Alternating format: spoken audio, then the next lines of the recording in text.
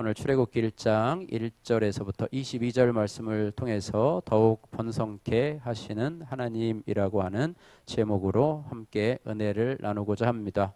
야곱은요, 이 가나안의 기근 중에 요셉과의 극적인 그런 만남을 갖고 요셉이 총리로 있는 그 애굽으로 그의 가족과 함께 이주를 하게 됩니다. 그런데 이제 여러 세대가 지나면서 이제 이스라엘 자손이 그곳에서 생육하고 번성하여 온 땅에 가득하게 되었습니다. 그런데 요셉을 알지 못하는 애굽의 세왕이 일어나서 그들이 그 번성한 그들이 자신의 대적들과 연합해서 싸워서 자신들을 반역할까 두려워하지요. 그래서 이 바로는요, 이스라엘 자손에게 고된 노동을 시키며 학대를 하고 히브리 산파들에게 남자 아이가 태어나면 죽이라 이렇게 명령을 합니다. 그러나 오늘 20절 말씀을 보니 하나님이 그 산파들에게 은혜를 베푸시니 그 백성은 매우 번성하고 매우 강해지니라 이렇게 기록을 하고 있습니다. 그런 학대와 핍박에도 불구하고 이스라엘 백성들은 더욱 번성하고 더욱 강해지는 그런 모습을 보게 됩니다. 하나님은요, 번성케 하시는 하나님이십니다. 할렐루야. 더 얘기를 하면요, 한 단계 더 나가면은요, 하나님은 더욱 번성케 하시는 하나님. 할렐루야.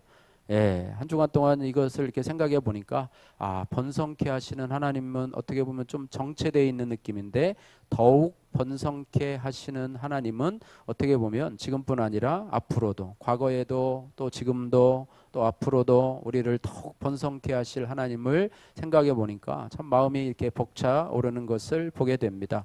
오늘 본문 말씀 1절에서 22절 말씀을 보면은 이 번성이라는 단어가요, 3번이나 기록이 되어 있는데요. 7절 말씀에 같이 한번 읽어보겠습니다. 7절. 이스라엘 자손은 생육하고 불어나 번성하고 매우 강하여 온 땅에 가득하게 되었더라. 아멘. 12절 말씀입니다. 그러나 학대를 받을수록 더욱 번성하여 퍼져나가니 애굽 사람이 이스라엘 자손으로 말미암아 근심하여. 자, 20절 말씀입니다. 하나님이 그 산파들에게 은혜를 베푸시고 그 백성은 번성하고 매우 강해지니라. 아멘. 3번의 이 번성함이라는 단어가 나오게 되는데요. 이 3번의 번성함을 찾아보니까 그 상황이 각각 다릅니다. 그래서 각각의 상황에 따라서 하나님께서 어떻게 번성의 은혜를 베푸셨는가에 대해서 우리가 한번 살펴보기를 원합니다. 먼저 첫 번째 번성은요, 이 7절 말씀에 나오는데요. 우리가 읽었던 것처럼 이스라엘 자손은 생육하고 불어나 번성하고 매우 강하여 온 땅에 가득하게 되었더라 이렇게 말씀하고 있습니다. 가나안 땅에 살던 야곱과 자녀들이요, 기근을 피해서 애굽으로 왔어요. 우리가 잘 알고 있죠.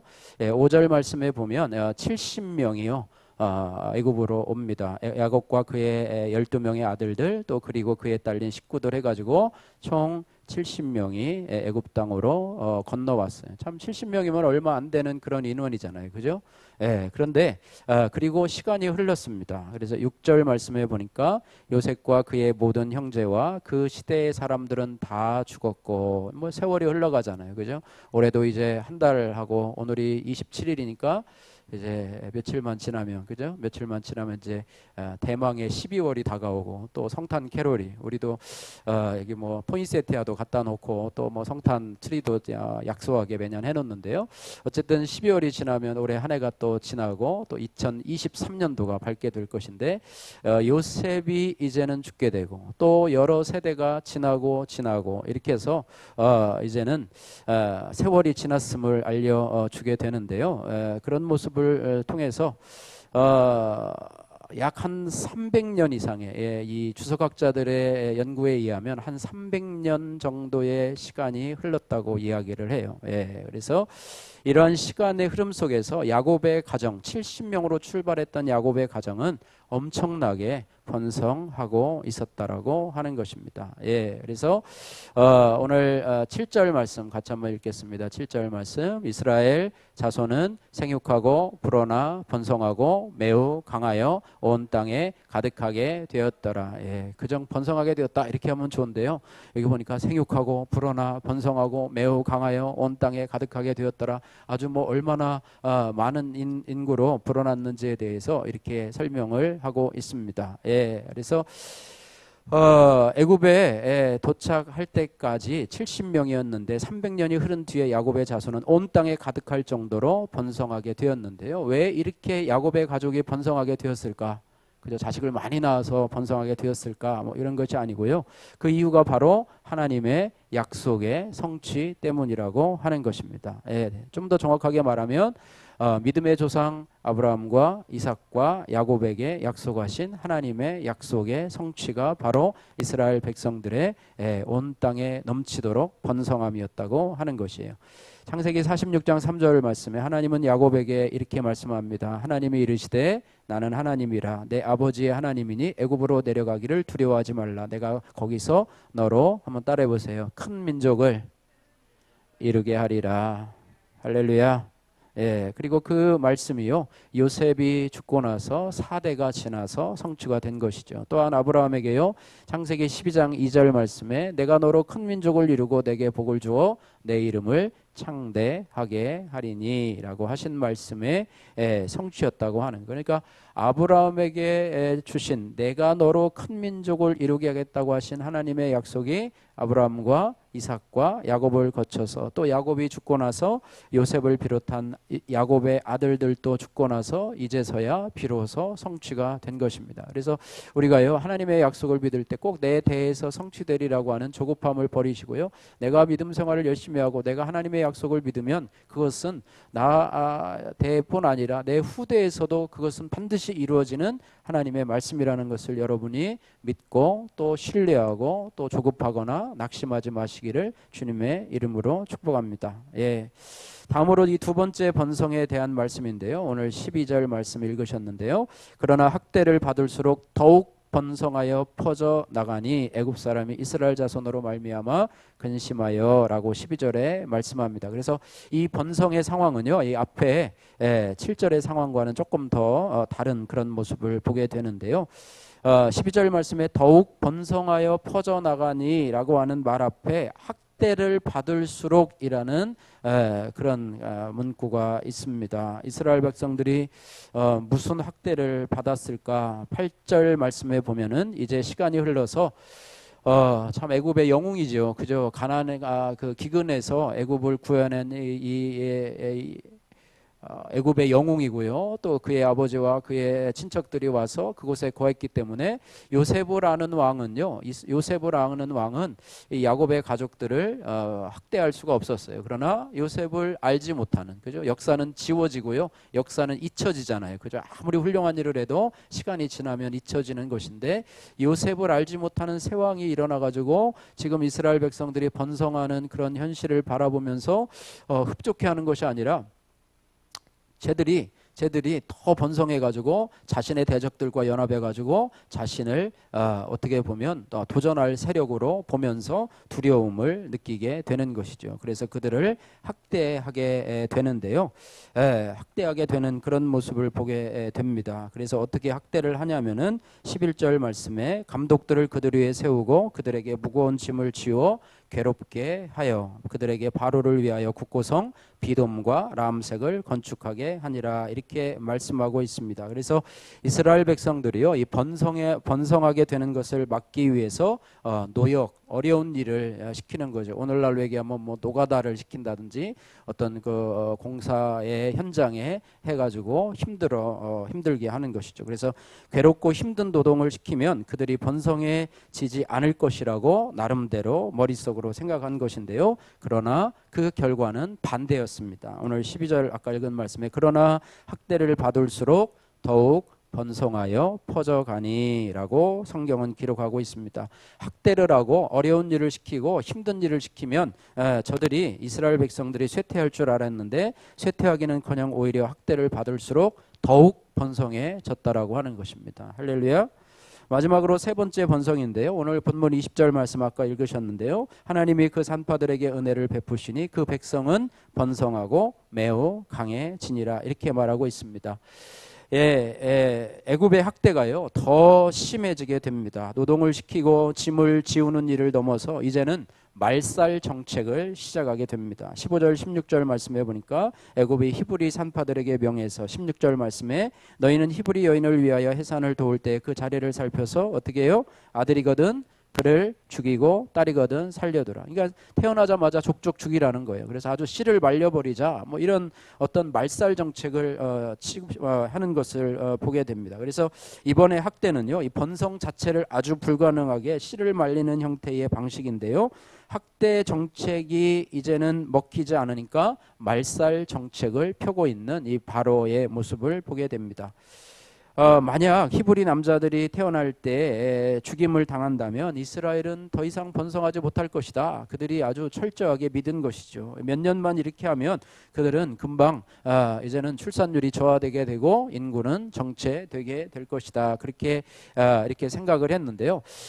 그래서 이 히브리 산파들에게 그런 일들을 하게 했는데 여기에는 히브리 산파들의 방해가 있었습니다. 17절 말씀해 보니까 히브리 산파들이 애굽 왕의 명령을 어기고 남자아이들을 살리게 되는 것입니다. 그래서 그 결과가 어떻게 됩니까? 20절 말씀해 보니까 그 백성은 번성하고 매우 강해지니라. 결과적으로요. 이스라엘은 학대를 받을수록 더욱 번성했고 오히려 더 강해졌습니다. 할렐루야. 애굽 왕의 학대는요 우리가 단순한 학대가 아니에요. 이것은요 하나님의 역사에 대한 도전이라고 볼 수가 있습니다. 영적으로 해석하면 그렇다는 것이죠. 에덴 동산에서요 아담과 하와를 범죄케 한 뱀의 이 하나님에 대한 그런 도전이 이제 이어진 것으로 우리가 해석하면 되는 것이죠. 애굽 왕 바로는 이스라엘 백성들 하나님의 백성들이죠, 그죠? 하나님을 믿는 하나님의 백성인 이스라엘 백성들을 박해하고 번성을 막음으로 해서 하나님의 역사를 의도적으로 방해하려고 하고 있는 것을 보게 됩니다. 여자의 후손이 이 땅에 오지 못하도록 방해를 하고 있는 것이죠. 이를 통해서 하나님의 나라가 이 땅에 세워지지 못하도록 하고 있는 것입니다. 그래서 애굽 왕 바로의 이러한 배후에는 사단이 있는 것을 우리가 알 수가 있습니다.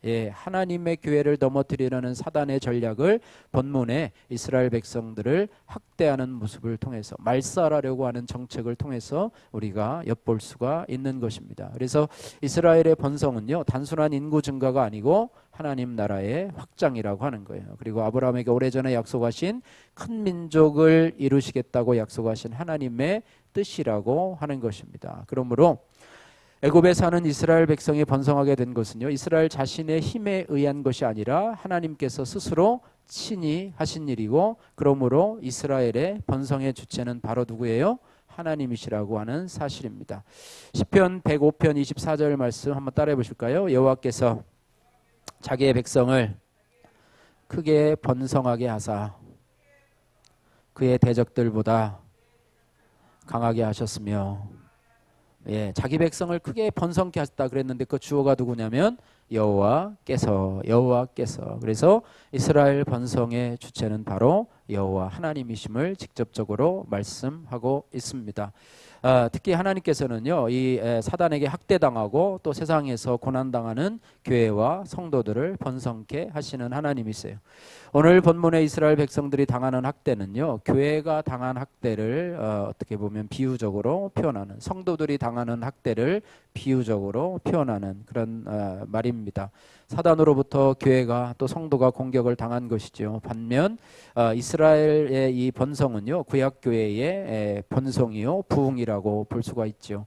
사단의 강력한 공격에도 불구하고 오히려 번성하고 오히려 부흥한 그런 모습을 보게 된 것입니다. 이처럼 교회와 성도는요 학대를 받으면 받을수록 더 성장하고 더 번성하게 된다는 사실을 알게 돼요. 사단이 아무리 공격해도 절대로 넘어지지 않습니다. 오뚜기와 같이 넘어지는 것 같아도 다시 일어나고, 또 학대를 당해서 또 넘어지는 것 같아도 다시 일어나고, 고난을 받아서 넘어지는 것 같아도 또 다시 일어날 수 있는 것이, 그죠? 7번 넘어져도 뭐 7전 8기의 그런 은혜를 가진 것이 바로 우리 하나님의 백성이요, 하나님의 교회의 그런 특징이라고 하는 사실을 우리가 기억을 해야 됩니다. 그래서 하나님의 교회는요, 위기 가운데서도 승리합니다. 코로나 3년이라고 하는 위기, 또 아직도 종결이 되지 않아서 거의 끝난다 싶었는데 또 다시 이제 유행이 되면서 하고 있지만, 이런 위기 가운데서도 교회는 반드시 성장하고 교회는 반드시 승리하게 될 줄 믿습니다. 왜냐하면 위기 가운데서도 교회를 번성케 하시는 하나님께서 일하고 계시기 때문이라고 하는 것입니다. 지금도요, 중국교회, 북한의 지하교회들이 그들의 학대에도 불구하고, 공산주의 사회주의의 학대에도 불구하고요, 오히려 더 번성하고 있습니다. 사단이 아무리 교회를 박해해도요, 교회는 번성합니다. 오늘날 한국교회도요, 이 저출산이라고 하는, 또 고령화라고 하는 사회적 현상을 통한 이 사단의 학대가 이어지고 있습니다. 또한 물질주의와 세습을 비롯한 그런 목회자와 또 교회의 타락이라는 사단의 학대가 이어지고 있지만, 그럼에도 불구하고 주님의 교회는 사라지지 않고 번성되게 될 줄로 믿습니다. 예수님은요, 이 하나님의 나라를 마태복음 13절에 겨자씨의 비유로 말씀하고 계십니다. 마태복음 13장 31절에서 32절 말씀을 보니까요, 또 비유를 베풀어 가라사대 천국은 마치 사람이 자기 밭에 갖다 심은 겨자씨 하늘 같으니 이는 모든 씨보다 작은 것이로되 자란 후에는 나물보다 커서 나무가 되매 공중의 새들이 와서 그 가지에 깃드니라, 이렇게 말씀하고 있습니다. 겨자씨는요, 엄청 작아서 눈에 잘 띄지도 않습니다. 그런데 겨자씨에는 뭐가 있냐면 놀라운 생명력을 가지고 있어요. 그래서 척박한 땅에서도 잘 자라고요. 적어도 그 키가 2m, 또 크면은 5m까지 자라고요. 또 버드나무 가지처럼 양사방으로 가지를 뻗치게 되는데요. 겨자씨는요, 이 새들에게 좋은 먹이가 됩니다. 그래서 공중에 나는 새들이 그 가지에다가 둥지를 트게 되지요. 먹잇감이 많이 있으니까 거기에다가 집을 짓는 거 당연한 거 아니겠습니까? 예수님은요, 이 겨자씨 비유를 통해서 우리에게 무엇을 알려주고자 하느냐면 천국의 특징, 또 하나님 나라의 특징에 대해서 말씀을 해주고 있어요. 천국의 시작은요, 겨자씨와 같이 아주 작은 데서 출발을 합니다. 미미해서 정말로 눈에도 보이지 않고 손에도 잡힐 것 같지 않은 그런 것을 통해서 시작이 되는데요. 그러나 겨자씨에 놀라운 생명력이 있는 것 같이 천국도 놀라운 생명력이 있어서 나중에는 심히 번성하게 된다라고 하는 것입니다. 할렐루야. 그러므로 하나님께서 나에게 성령으로 감동 주시고 맡겨주신 일이 겨자씨처럼 하찮게 보인다 할지라도 여러분 그것을 소홀히 하지 마시기를 바랍니다. 여러분이 그것을 잘 참고 인내하고 충성하고 봉사하면 그것을 통해서 놀라운 하나님의 번성케 하시는 역사가 있게 될 줄로 믿습니다. 우리말에요, 이 천리길도 한 걸음부터라는 말이 있어요. 한 걸음을 뛰어야 천리길을 가죠. 처음에 천리길을 생각해가지고 기가 죽어가지고 겁이 나가지고 한 걸음도 못 뛰고 그냥 어떻게 내가 천리길을 가. 그러나 천리길도요, 한 걸음부터라는 그런 말이 있습니다. 또 한 방울의 물이 모여서 태평양을 이루게 되고, 한 줌의 눈도 그 무게가 얼마 되지 않지만 계속해서 쌓이면 나무의 가지를 꺾어버리는 그런 놀라운 힘이 있는 것을 우리가 보게 됩니다. 지난주 새벽기도 하면서 우리가 예화로 들었던 말씀인데, 여러분 들으신 분들은 다시 한번 들으면 좋겠습니다. 미국의 오레곤 주에 살던 가난한 한 농부가 있었습니다. 하루는 마을에 관해서 영화를 상영한다는 그런 소식을 듣고요. 뭐 옛날이겠지, 그죠? 우리나라도 그러면 요즘은 집에서 영화 보면 되는데 뭐 마을회관까지 갑니까, 그죠? 그래가지고 부부가 영화를 보러 갔는데요. 영화가 나오기 전에 한국 전쟁에 대한 그런 광고가 짧게 나왔다고 합니다. 한국 전쟁 전쟁 이후에 아마 그런 미국의 모습인 것 같습니다. 짧게 한국 전쟁의 그런 참상에 대해서, 요즘도 가끔 보면 우크라이나 이 전쟁 참상에 대해서 가끔가씩 이렇게 나오지 않습니까? 그런데 그래서 그 내용을 보니까 한국 전쟁으로 인해서 고아들이 많이 생겼고 또 고아를 돌보는 사람들도 좀 있지만은, 그러나 그들을 돌보는 사람이 턱없이 부족하다는 그런 내용이었어요. 그리고 뭐 영화를 뭐 보고 이렇게 왔는데요.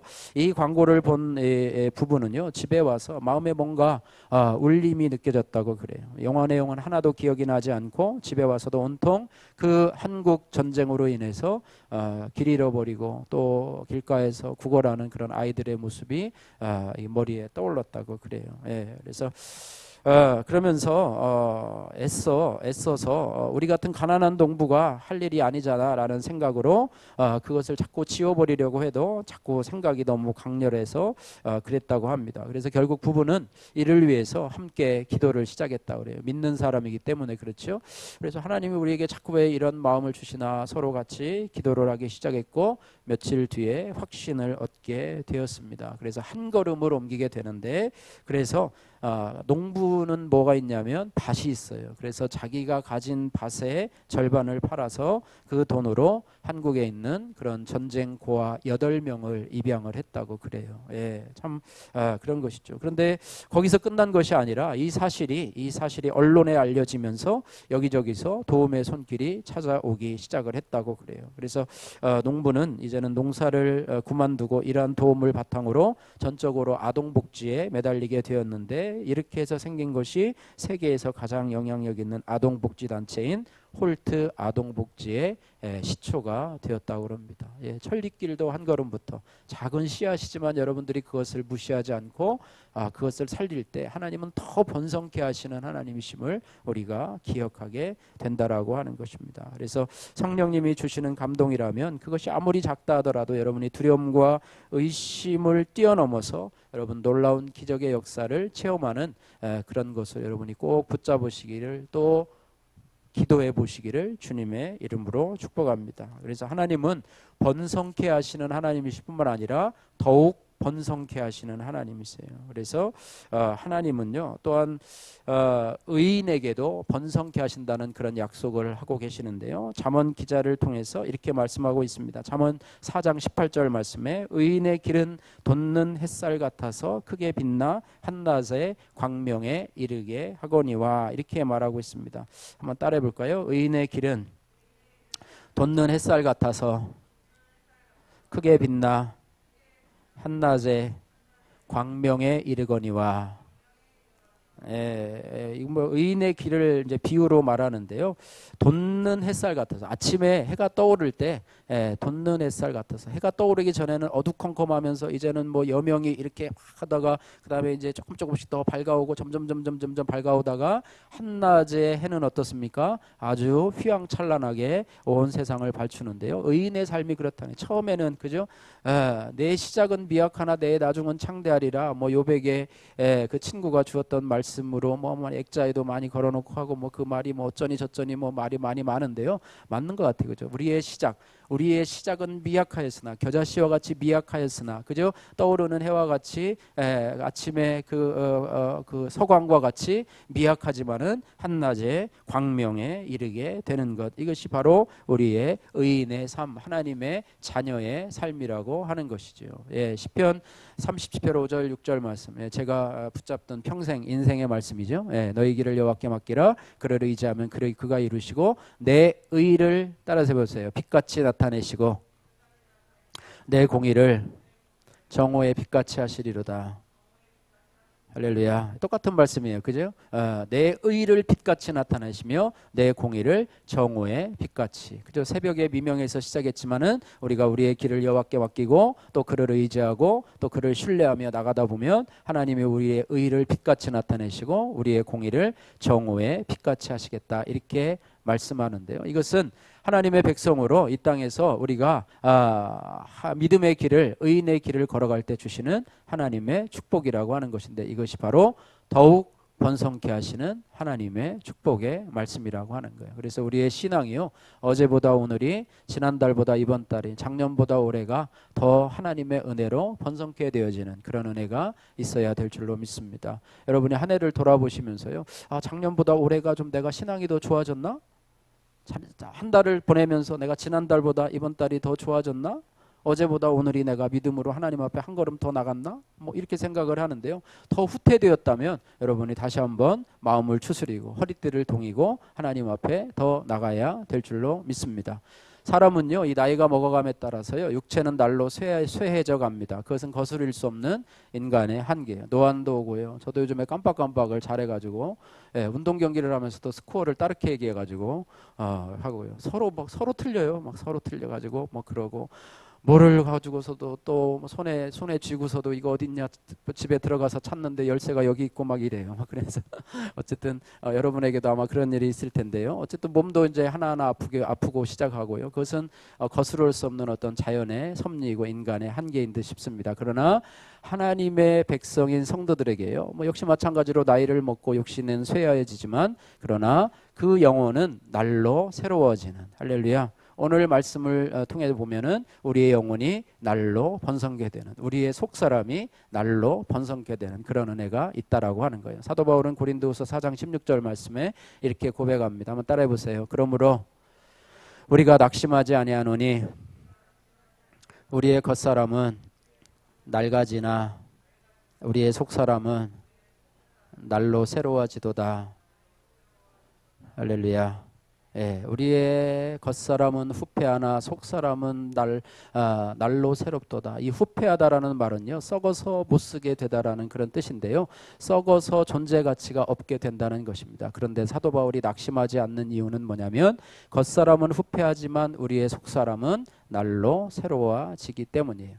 그리스도와 함께 십자가에 못 박힌 하나님의 사람은요, 매일매일 순간순간 그 정욕과 탐심을 십자가에 못 박고 성령으로 살고 성령으로 행하기 때문에 그 속사람의 그 인격 속에 성령의 열매를 맺히게 되기 때문에 그가 날로 날로 새로워진다. 할렐루야. 날로 날로 새로워진다. 이렇게 고백을 하고 있습니다. 많은 분들이요, 과거를 자꾸 회상하면서 자꾸 그때가 좋았지, 그때로 돌아갔으면, 내가 20대로 돌아갔으면, 내가 30대로 돌아갔으면 좋겠는데 아유 지금은 이게 뭐야 라고 하는데요, 여러분이 고백하는 것이 뭐냐면 지금이 가장 좋기를 주님의 이름으로 축복합니다. 나는 지금 20대로 돌아가려면 나는 안 돌아갈 거야. 지금이 좋아. 그것은 바로 여러분이 성경적으로 살고 있다라고 하는 증거예요.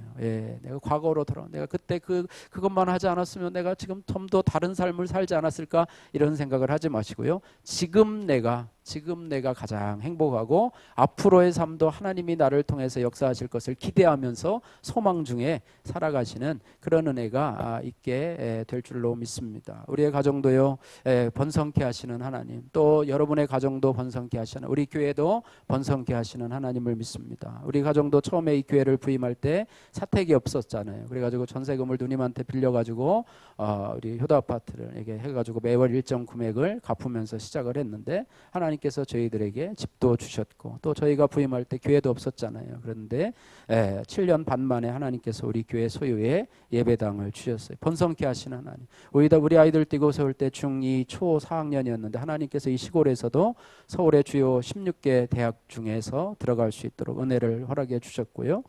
또 저희 교회 처음 부임할 때 이전 목사님이 12년을 사용한 그레이스 봉고차, 여러분 기억하시죠? 그죠? 털털하다 밑에서 그 기름이 새가지고 검사를 받으러 갔더니 2차 가다가 담뱃불에 누가 던지면 화재 납니다. 웬만하면 바꾸시죠. 그래가지고 그때부터 기도를 시작해서 2개월 만에 하나님께서 우리 교회에게 새로운 그랜드 스타렉스를 주셨고요. 오늘은 이전 감사 5주년 되는 날입니다. 저희가 2017년 11월 넷째 주 마지막 주일에 이곳에서 첫 예배를 드린 거예요. 여러분 기억나시죠? 그죠? 그 전에 와서 막 그 의자도 놓고 이 강대상 어디다 놓을까, 뭐 피아노는 어디다 놓을까, 성가대는 어디다 놓을까 하면서 청소도 하고, 막 창고에 또 목사님이 치우지 않고 우리 보고 하라고 해가지고 엄청난 해가지고 막 트럭으로 막 치우고 도배도 하고 뭐 여러 가지 그런 일들이 있었는데요. 벌써 5년이나 지나갔어요. 그랬어요. 그날부터 우리 교회는요, 우리가 이제 이전 감사 예배를 드리면서 그런 생각이 들었어요. 우리 교회가 이제 많은 분들의 도움으로 했기 때문에 이전 감사 예배 헌금은 이제 어려운 이웃을 위해서 드리겠다. 그래서 첫 번째부터 요번도 이제 그렇게 드리게 되고요. 요번에는 제가 말씀 카드, 감사 카드를 보내는 분들에게 제가 고민을 많이 했어요. 그분들에게 이것을 좀 알릴까. 우리 성도들끼리 하면 얼마 안 되잖아요. 그죠? 뭐 몇십만 원 안 돼서 그걸 보내기도 좀 그런데, 그래가지고 제가 말씀 카드, 기도 카드 속에다가 이렇게 집어서 넣었더니 아마 거의 안 보셨나 봐요. 한 분이 왔어요. 한 분이 헌금을 보내셨어요. 그래가지고 어저께는 도저히 안 되겠다. 그래가지고 오후에 다시 이제 카톡에 그냥 문장으로 보냈더니 한 10여 분이 저녁에 또 보내오셨어요. 지금 거의 한 150만 원 정도가 이제 들어왔거든요. 그런데 오늘도 아마 또 보내주시기가 싶은데, 어쨌든 하나님의 역사가 이렇게 해서 우리가 이루어졌고요. 또한 우리가 유튜브를 또 시작을 하면서, 또 코로나를 시작을 하면서 하나 유튜브 장비를 주셔서 유튜브를 찍게 하셨고, 또 실시간으로 예배 드릴 수 있게 하셨고, 또 코로나 상황에서도 우리가 1주년 기념 감사 예배를 드리고 12월부터 우리가 어떻게 했냐면 매달 10만 원씩을 외부로 보내자. 우리가 은혜의 강물을 흘러 보내자. 그리고 절기가 있는 뭐 신년 감사주일이나 부활주일, 또 추수가 맥주, 추수 뭐 이런 어떤 성탄절이나 뭐 이런 것이 있을 때는 20만 원씩 보내자. 그래서 지금까지 그것을 실천해 왔어요. 돈이 없어도 어떤 때는 20만 원 보내면 한 몇천 원 남고 몇만 원 남고 이랬어도 실천을 했는데, 어쨌든 코로나 기간 중에 한 번도 우리 교회 재정이, 또 우리 사례비가 한 번도 이렇게 적어되지 않고 밀리지 않고 받게 하셨고, 또 저희 가정도 또 코로나 기간 중에 또 전자공고에서 또 아침 방역을 할 수 있도록 은혜를 주셔서 또 부족한 재정을 채울 수 있게 하셨고, 할렐루야. 어쨌든 번성케 하시는 하나님을 경험하면서, 여러분도 이후에 또 1년을 보내면서 여러분 번성케 하시는 하나님을 여러분 경험하시는 그런 은혜가 있기를 원합니다. 그래서 수정교회도 이제는 좀 더 새로운 모습으로 또 기초로 다져서 하나님께서 또 새롭게 하실 줄로 믿습니다. 그래서 고린도전서 15장 58절 말씀에, 그러므로 내 사랑하는 형제들아 견고하며 흔들리지 말며 항상 주의 일에 더욱 힘쓰는 자들이 되라. 이는 너희의 수고가 주 안에서 헛되지 않은 줄을 알미라. 견고하고 흔들리지 말며 항상 주의 일에 힘쓰는 성도들이 되어서 더욱 번성케 하시는 하나님을 믿고 경험하시는 우리 성도님들 되시기를 주님의 이름으로 축복합니다.